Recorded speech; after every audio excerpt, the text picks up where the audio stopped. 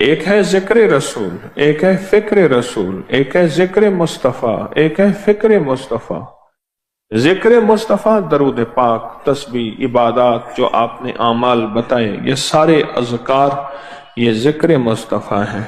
اور فکر مصطفیٰ یہ ہے کہ اکیلا میں نہیں، ساری انسانیت کو خیر کا پیغام پہنچانا اور ساری انسانیت کو روح کی دنیا میں بیدار کرنا اور سارے لوگوں کے ہر طبقات کو کملی والے کی غلامی، یہ فکر مصطفیٰ ہے۔ جتنے بھی اولیاء صالحین آپ کو ملیں گے، کسی کا گھر کہاں لیکن آستانہ کہاں، جائے مہد کہاں جائے لحد کہاں۔ مہد کہتے ہیں ماں کی گود اور لحد کہتے ہیں قبر کی گود۔ آپ جتنے بھی اولیاء صالحین کی زندگی اٹھا کے دیکھیں گے، ہر مہاجر ہوگا، ہر نے ہجرت کی ہوگی اور ہجرت اللہ کے لیے کی ہوگی، مال دولت چیزوں کے لیے نہیں، کہ ان کا مطلوب یہی ہوتا تھا کہ کسی طرح اللہ کی مخلوق کے دلوں میں روح کی دنیا اتر جائے، من کی دنیا اتر جائے اور جذبوں کی دنیا اتر جائے۔ یہ فکر مصطفیٰ ہے۔ درود تو عبادت ہے، درود تو نشانیاں دیتی ہے، درود نسلیں دیتی ہے، درود صالحیت اور صلاحیت کا ذریعہ ہے، درود راحتوں اور برکتوں کا ذریعہ ہے۔ اپنی زندگی میں درود کو شامل کریں، اور درود دنیا کے مسائل کا حل ہے، قرضوں کا، بیماریوں کا، بے اولادیوں کا، مشکلات کا، پریشانیوں کا حل ہے۔ درود حل ہے، درود عبادت ہے، درود تسبیح ہے، درود مشکل کشا وظیفہ ہے، درود حاجت روا عمل ہے، اور درود دلوں کی تسکین ہے۔ درود اندر کا نظام ہے، جس سے دل منور ہوتے ہیں، طبیعتیں معطر ہوتی ہیں۔ درود ہے۔ ہمارے ایک استاد تھے، ان کا نام تھا عزیز الرحمان صاحب۔ وہ جز وقتی کچھ عرصہ ہم نے ان سے فارسی عربی پڑھی۔ ہماری چونکہ ٹپس کتابیں فارسی عربی میں پڑھ تو نہ سکے پر تھوڑا سا پڑھا۔ اپنے بیٹے کے بارے میں ایک دفعہ دوران تعلیم بتایا، یعنی ہمیں وہ پڑھا رہے تھے ہم دونوں بھائیوں کو، تو ایک بات سنائی۔ کہنے لگے کہ میری اولاد نہیں ہوتی تھی، ماں باپ کو بہت فکر، حتیٰ کہ کچھ لوگ آوازیں آنے لگیں کہ اس کی اور شادی کرے۔ تو میں گیا شیخ الجامعہ حضرت مولانا غلام محمد کھوٹوی رحمت اللہ علیہ، بہت بڑی ہستی تھی، جامعہ عباسیہ جو موجودہ اسلامیہ یونیورسٹی بہاولپور ہے، میلوں میں ہے۔ ان کے پرنسپل تھے، ان کے وائس وی سی تھے، وائس چانسلر تھے شیخ الجامعہ حضرت مولانا غلام محمد کھوٹوی۔ کھوٹا ایک جگہ کا نام ہے، ملتان شوج آباد کے قریب۔ وہ ان کی خدمت میں حاضر ہوا۔ وہ پیر مہر علی شاہ صاحب رحمت اللہ علیہ کے خلیفہ بھی تھے، صوفیانہ مزاج تھا۔ تو میں ان کی خدمت میں حاضر ہوا۔ میں نے کہا استاد جی، کیونکہ یہ جامعہ عباسیہ سے پڑھے ہوئے تھے، اولاد نہیں، کیا کرا؟ ایسے دیکھ کے فرمانے لگے مولوی عزیز کل آنا میرے پاس۔ میں کل گیا۔ میں نے کہا استاد جی وہ اولاد کا میں نے عرض کیا تھا، اولاد نہیں ہے۔ اچھا میں بھول گیا، کل آنا۔ میں پھر کل چلا گیا۔ یہ اصل میں جو واقعہ مجھے یاد آیا، اس رات والے واقعے سے وہ پچھلا واقعہ یاد آیا، کڑیاں ملی آپس میں۔ میں پھر گیا تو میں نے جا کے ایسے بیٹھا، مجھے دیکھا تو ایسے خاموش اپنا کام کرنے لگا۔ میں نے کہا لگتا ہے آج بھی پیشی ہے۔ میں چپ کر کے اٹھ گیا خود۔ 2-3 دن میں نہ گیا۔ مجھے ایک بندے کے ذریعے اطلاع ملی، استاد محترم نے بلوایا، وی سی وائس چانسلر، کہ اسے کہو میرے ملے۔ تو کہنے لگا کہ میں ان کے پاس گیا۔ جب ان کے پاس گیا کہنے لگا بات یہ ہے، مجھے سمجھ نہیں آ رہی تھی کہ تو خود بہت بڑا عالم ہے، تجھے کیا وظیفہ بتاؤں، کیونکہ مولوی وظیفے پڑھاتے ہیں پڑھتے نہیں ہیں، تو تجھے کیا بتاؤں؟ میں بہتوں کے پاس گیا، کہیں سے جواب نہیں ملا۔ بہتوں کے پاس گیا، کہیں سے جواب نہیں ملا۔ آخر کار میں سیدھا پھر حضرت شاہ عبد الرحیم صاحب کے پاس گیا۔ کون؟ شاہ ولی اللہ صاحب کے بھی والد سے، ان کے پاس گیا اور ان سے میں نے عرض کیا کہ میرا چہتا شاگرد ہے، اولاد نہیں ہو رہی، تو آپ کچھ شفقت فرمائیں۔ تو شاہ عبد الرحیم صاحب نے فرمایا اس سے کہو صلو علیہ وآلہ کو پڑھے اور بہت زیادہ پڑھے بس۔ تو بھائی مجھے آج جواب ملا ہے، حضرت شاہ عبد الرحیم صاحب روحانی دنیا میں گئے تھے نا، شاہ عبد الرحیم صاحب کو تو فوت ہوئے 150 سے زیادہ عرصہ ہو گیا، روحانی دنیا میں گئے تھے اور وہاں سے اجازت ملی اور کہا کہ پھر اللہ پاک نے بیٹا دیا اور پھر اس کا میں نے نام ضیاء الرحمن رکھا، پھر اولاد ہوئی، پھر شیخ رحمت اللہ علیہ کو عشق مصطفیٰ اور محبت حب آل رسول اور حب رسول بہت زیادہ غالب تھا۔ تو ایک دفعہ بیٹھے بیٹھے دل ہی دل میں آیا اور بے ساختہ منہ سے نکلا بلغ العلا بے کمالی کشفت دجا بے جمالی حسنت جمیع خصالہ۔ اب اگلا لفظ نہیں مل رہا۔ جو شاعرانہ ذوق ہوتا ہے، جو شاعرانہ مزاج ہوتا ہے، اس میں وزن کا بہت خیال ہوتا ہے۔ وزن، اللہ کے حبیب نے زندگی میں ایک شعر کہا ہے، صدیق اکبر فرمانے لگے یا رسول اللہ وزن کے اعتبار سے شعر ٹھیک نہیں ہے، اور اللہ نے اپنے نبی کا معجزہ دکھانا تھا۔ اگر وہ شعر ٹھیک ہوتا تو پھر دشمنوں کی یہ بات ٹھیک ہوتی کہ یہ اپنی طرف سے قرآن میں گھڑ کے لاتے ہیں۔ بات نہیں سمجھ یا رسول اللہ ادب سے عرض کیا، کیونکہ عرب کا ہر شخص فصاحت و بلاغت و شاعری میں آگے تھا، یہ شعر وزن کے اعتبار سے کمزور ہے، ٹھیک نہیں ہے۔ آپ نے فرما دیا پر وزن کے اعتبار سے کمزور ہے۔ میرے رب نے اپنے حبیب کا یہ معجزہ ہے، یہ میرے حبیب کی سچائی اور صداقت ہے کہ یہ قرآن غاروں سے بنا کے نہیں لائے، یہ قرآن وحی ہے۔ وما ينطق عن الهوى ان هو الا وحی یوحی، کہ میرے حبیب اپنے طور پر نہ کچھ بولتے ہیں، نہ کچھ سوچتے ہیں، نہ کچھ کرتے ہیں، کچھ بھی نہیں جو وہ کہ وحی نہ ہو جائے۔ یہ میرے حبیب کی صداقت اور سچائی کی عرشی تصدیق ہے کہ ایک شعر بھی نہیں کہہ سکے۔ اگر وہ شعر لاجواب ہوتا تو پھر دشمنوں کے الزامات کو تقویت ملتی۔ اب سوچ رہی ہیں کہ اگلا اس ربائی کو، اس شعر کو پورا کرنا ہے، کیسے ہو؟ میرے حضور خام میں تشریف لائے اور فرمان لے کہ کہے صلو علیہ وآلہ، میں نے پڑھنا شروع کیا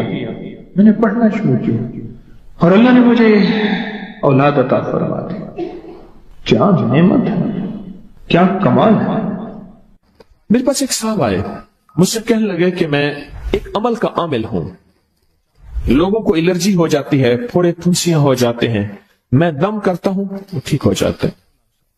کسی کو سانپ کاٹ جائے میں دم کرتا ہوں ٹھیک ہو جاتا ہے، بچھو بھیڑ کوئی زہریلی چیز کھاٹ جائے میں دم کرتا ہوں لوگ ٹھیک ہو جاتے ہیں، میں دم کرتا ہوں لوگ ٹھیک ہو جاتے ہیں۔ کہا کہ میرے پاس ایک خاص عمل ہے اور میں یہ کرتا ہوں لوگ ٹھیک ہو جاتے ہیں، اور کہا میرے پاس یہ عمل ایک چیز کا آزمودہ ہے، میرے پاس کوئی جادو کا ڈسا ہوا ایسا بندہ ہے جس کو چیلنج سے کہہ دیا ہو کہ تجھ پہ جادو ہے، اور دوسرے لفظوں میں یہ لفظ میں خود کہہ رہا ہوں کہ تیرے اوپر خنزیر کا جادو ہے، کتے کا جادو ہے، کھوپڑی کا جادو ہے، بندر کی کھوپڑی کا جادو ہے۔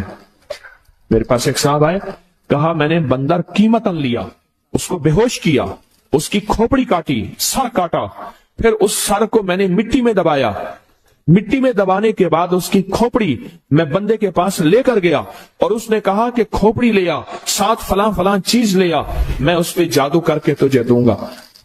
میں نے کسی کے خلاف کروایا تھا۔ مجھے بندہ کہنے لگا کہ کوئی جادو کالے سے کالا، خطرناک سے خطرناک بندش ہو، میں اس عمل کو کر کے دیتا ہوں لوگ ٹھیک ہو جاتے ہیں۔ کہا بندھے ہوئے، زنجیروں میں الجھے ہوئے، بندشوں کے مارے ہوئے ٹھیک کرتا ہوں۔ کہا کہ میں چاہتا ہوں وہ ورد میں آپ کو دے دوں، آپ لوگوں سے نہیں چھپاتے، تو میں کہتا ہوں میں بھی آپ سے نہ چھپاؤں، میں کہ تیری مہربانی ہے دے دے۔ اور میں آپ سے بھی عرض کروں گا، آپ کا کوئی آزمودہ عمل ہے، خواتین بھی، مستورات بھی، آپ بھی، کوئی نقش ہے، کوئی تعویذ ہے، کسی مقصد کے لیے آزمایا ہے، ضرور لکھیں، اس کے فائدے وضاحت سے لکھیں، اس کی ترتیب وضاحت سے لکھیں، کوئی ٹوٹکا آزمایا ہے ضرور لکھیں، انسانیت کو نفع ہوتا ہے۔ تو میں نے کہا بتا دیں مجھ سے کہنے لگا کہ میں نے درود ابراہیمی کا چلہ کیا ہوا ہے، میں نے درود ابراہیمی کا چلہ کیا ہوا ہے، میں ان سب مقاصد کے لیے درود ابراہیمی پڑھتا ہوں، اور میں درود ابراہیمی پڑھتا ہوں اور پڑھ کے کسی کو دم کر دیتا ہوں, کسی پہ تھتکار دیتا ہوں, کسی پہ کیا کرتا ہوں, بس میرے پاس درود ابراہیمی ہے اور میں درود ابراہیمی سے سارے کام لیتا ہوں. کہا کہ یہاں تک کہ میں سفر میں جاتا ہوں اور میری چاہت ہوتی ہے کہ میں یہ کھانے کو مجھے ملے, یہ پینے کو ملے, مجھے اس طرح کی رہائش ملے, اس طرح. کہا درود ابراہیمی پڑھتا ہوں, مجھے یقین ہے, اور ویسے ہو جاتا ہے. سوچیں جس درود ابراہیمی کو نماز میں میرے کملی والے نے اس کا انتخاب کیا ہے, وہ کوئی چیز آخر ہوگی نا. سوچیں تو سر, آخر وہ کوئی چیز ہے صحیح, ایسے تو نہیں ہے, وہ چیز ہے ایسے تو نہیں ہے. کہا کہ میرے پاس درود ابراہیمی ہے, میرے پاس درود ابراہیمی, اور میں لوگوں کا اس سے علاج کرتا ہوں اور لوگ ٹھیک ہوتے ہیں, ان کے مسئلے حل ہوتے ہیں, ان کی بندش جادو ٹوٹ جاتے ہیں. تو میں تو چاہتا ہوں کہ آج ہم یہ درود ابراہیمی کا عمل کریں, انشاءاللہ یہ تاثیر بھی مل جائے گی, اور ساتھ جو برکت کی چاہت ہے کہ اللہ کبھی مجھ سے برکت نہ چھیننا. ایسا نہ ہو میں یا میری نسلیں ٹکڑے ٹکڑے, دانے دانے, قطرے قطرے کے محتاج بن جائیں. اللہ مجھ سے کبھی برکت نہ چھینا. ایسا نہ ہو کہ میں ٹھوکریں کھاؤں در در کی. اے سخی آقا مجھ سے برکت نہ چھیننا کہ میرے اندر بس سب کچھ ختم ہو جائے اور میں دنیا کے سامنے ذلیل بن جاؤں اور لوگ مجھ پہ ہنسیں. اللہ مجھ سے برکت نہ چھیننا اور میری نسلوں سے برکت نہ چھیننا. برکت صحت میں, برکت نظر میں, برکت یادداشت میں, برکت اعضاء میں, برکت جگر میں, برکت گردوں میں, برکت دل میں, برکت خون میں, برکت تلی میں, برکت معدے میں, برکت اعضاء میں, برکت صحن پٹھوں میں, جسم کے ہر حصے میں برکت, روح میں برکت, دل میں برکت, پھر مال میں برکت, جان میں برکت, اولاد میں برکت, صحت میں برکت, عزت میں برکت, خود برکت میں برکت. یہ برکت مجھ سے نہ چھنے اور مجھ سے نہ چھنے اور میری نسلوں سے نہ چھنے, اور اللہ پاک حلال طیب طاہر یہ برکت مجھے اور میری نسلوں کو دیتا رہے. آپ یہ چاہتے ہیں؟ چاہتے ہیں؟ کتنے لوگ بے شمار ایسے ہیں, ان کے باپ دادا بڑے مالدار تھے, نام تھا ان کا, آج وہ قسمہ پرسی میں ہیں. مجھے کہنے لگے 14,000 کی گاڑی آتی تھی, 0 میٹر گاڑی 14,000 کی آتی تھی, پھر مہنگی ہو گئی, پھر 16,000 کی ہوئی. میرے والد ان کے کاروبار کے کار مختار تھے, یعنی مینیجنگ ڈائریکٹر تھے, بڑے تھے. میرے والد کو انہوں نے 16,000 کی گاڑی لے کے دی, اور پھر ان کی جب رمضان میں یا جب ان کو دینے کا ہوتا تھا 100 کا نوٹ ہوتا تھا, اور 250 روپے میں 5 مرلے کا پلاٹ ملتا تھا. 250 گز کا پلاٹ, 250 روپے میں 250 گز کا پلاٹ, اس کو بعض جگہ گز ہوتے ہیں, میٹر ہوتے ہیں. 5 مرلے کا پلاٹ 250 روپے میں ملتا تھا, اور ہر بندے کو 100 روپے دیتے تھے, ہر بندے کو 100 روپے دیتے تھے. لین ہوتی تھی لمبی, لین ہوتی تھی لمبی. آج ان کے خاندان لاہور میں ایک ایسی جگہ رہ رہا ہے جہاں اگر بارش ہو تو پانی ہفتوں نہیں نکلتا, اور گندگی ہی گندگی ہے, اور وہاں قسمہ پرسی کی زندگی بسر کر رہا ہے. میں اس خاندان کو جانتا.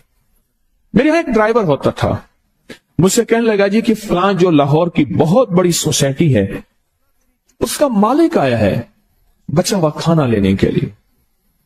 ہم رمضان میں کھانا جو بچ جاتا ہے پھر وہ دے دیتے ہیں تاکہ افطاری سحری کے لیے فریش تازہ کھانا بنے. وہ لینے آیا ہے, وہ کیسے؟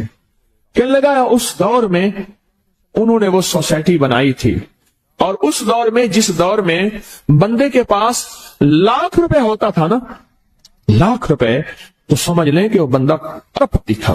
لاکھ روپے ہوتے تھے, لاکھ روپے ہوتے تھے. آج بھی ہمارے اردو محاوروں میں لاکھوں کا لفظ آتا ہے, لاکھوں کا لفظ. مصطفیٰ جان رحمت پہ لاکھوں سلام. لاکھ روپے ہوتا تھا. اعلی حضرت رحمت اللہ علیہ کے یہ اشعار ہیں, لاکھ روپے ہوتا تھا. اس دور میں کروڑوں پتی تھے, برکت روٹ گئی, اور میرے پاس وہ بندہ لایا. میں نے اس سے دیکھا اور میری آنکھیں جھک گئیں, اور بچا ہوا کھانا مسلسل دیا اور کچھ ہدیہ بھی دیا. برکت لے لو. آج نسبت محمد آل محمد کے صدقے, آج درود ابراہیمی کے صدقے برکت لے لو, برکت لے لو. غور ہی نہیں کیا کہ درود ابراہیمی میں اتنی طاقتور برکت پڑی ہے, غور ہی نہیں کیا. اللہم بارک علی محمد وعلی آل محمد کما بارکت علی ابراہیم. آگے ذرا دلیل دیکھیں, وعلی آل ابراہیم. اے مولا وہ برکت بھی ویسی دینا جیسے تو نے آل ابراہیم کو دی.